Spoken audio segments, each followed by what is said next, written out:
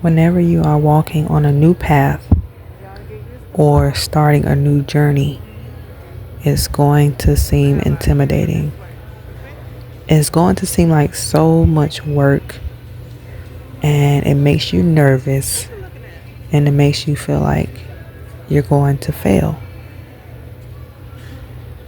And you hesitate on whether or not to do said thing.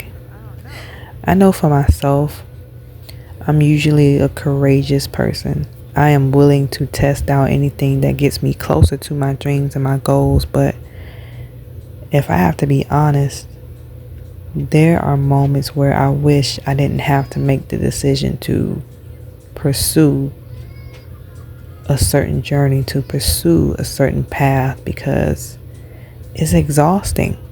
I mean, can we be real for a second? It's exhausting, and not knowing whether or not you're going to fail at something can be emotionally and mentally depleting. And if you want to take it a step further, it can be financially depleting as well, because if you're spending money to get to where you want to go, if you hear my baby in the background, it's because this is a real live video audio session with her in the background. But if you are spending money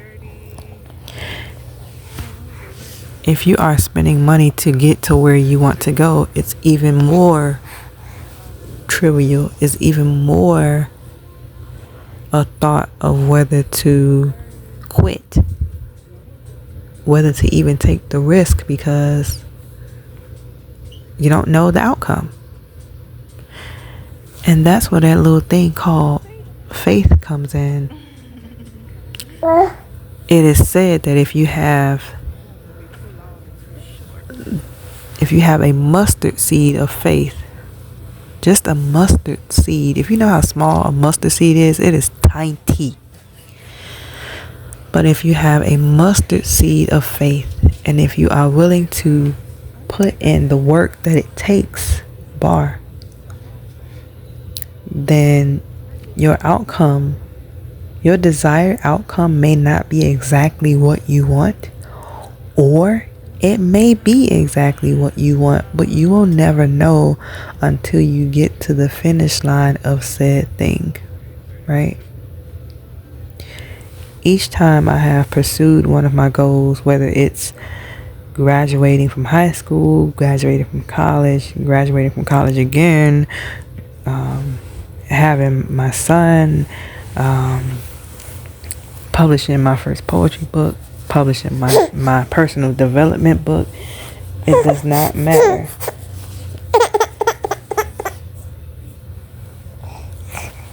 Whatever dreams that I had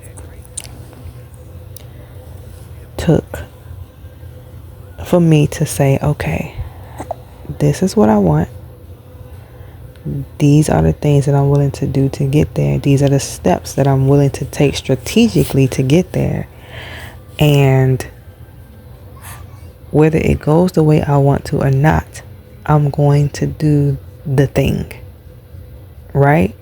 For example, right now, it is so difficult to record anything with an infant. As you can hear in the background, she is making noise because that's how she feels. She has no sense of what's going on or what I'm doing, but I have to continue to push through what it is that I see as my dream, what I see as my goal. And you're going to have moments that's going to feel like I'm failing. At some point, I felt like if I record while this little girl is crying or doing something in the background, then it's not going to be a good video. Then I shouldn't record. Then I shouldn't do this YouTube thing, which is my goal. My goal for this year is to have this page monetized, but it's also to keep documenting my story so that my kids can go back and look at it when I'm not here anymore and say, hey, this is what I was doing with my mom, or hey, this is how my mom was. I get a piece of her personality. I get a piece of her heart. I get to see how she was when she was shopping, looking around and not liking to be around people, but she was still making it work either way.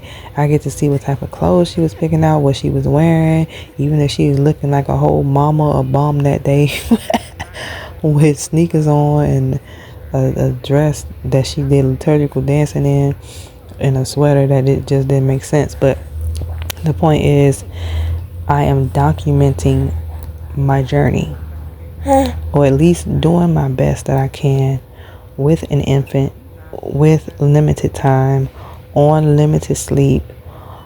Just, it could be a lot. It can be discouraging. And I have to ask myself each day, whatever goals I'm attempting to do,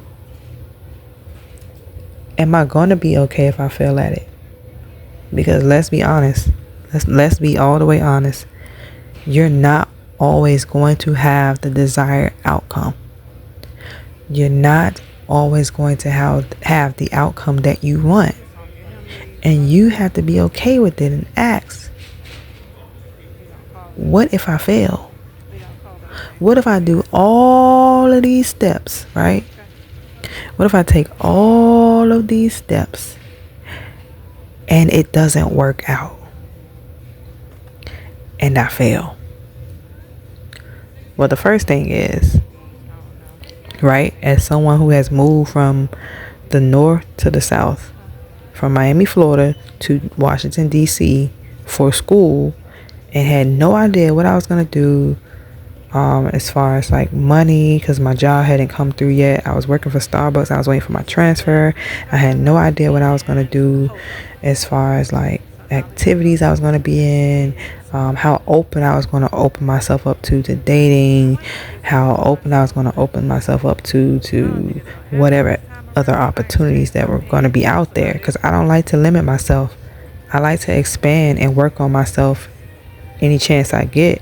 And to be honest, I expect the people around me to be the same way, because in order for me to stay around people, I have to ensure that they are constantly elevating themselves. Otherwise, I'm going to see that they are stagnant, and I'm going to start feeling stagnant as well, because energy transfers. So for me as an ambivert, I have to surround myself with people who can be open, social a little bit, and willing to take risk.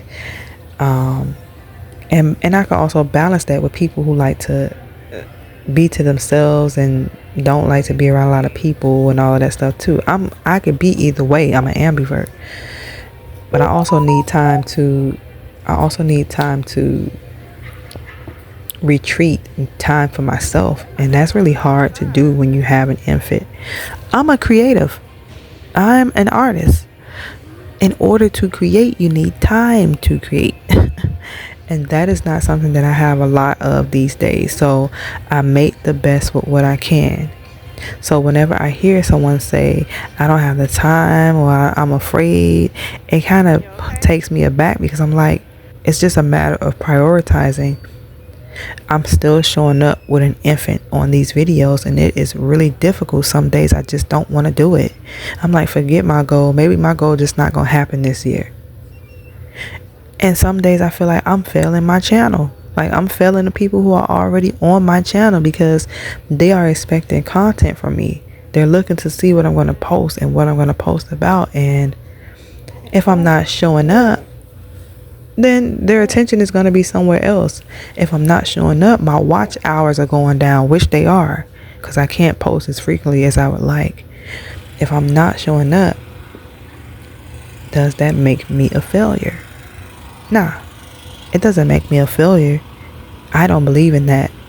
I believe that we need those times where we feel like we're failing to remind us that we're still taking steps forward, as long as we're continuing to do the work, no matter what it is.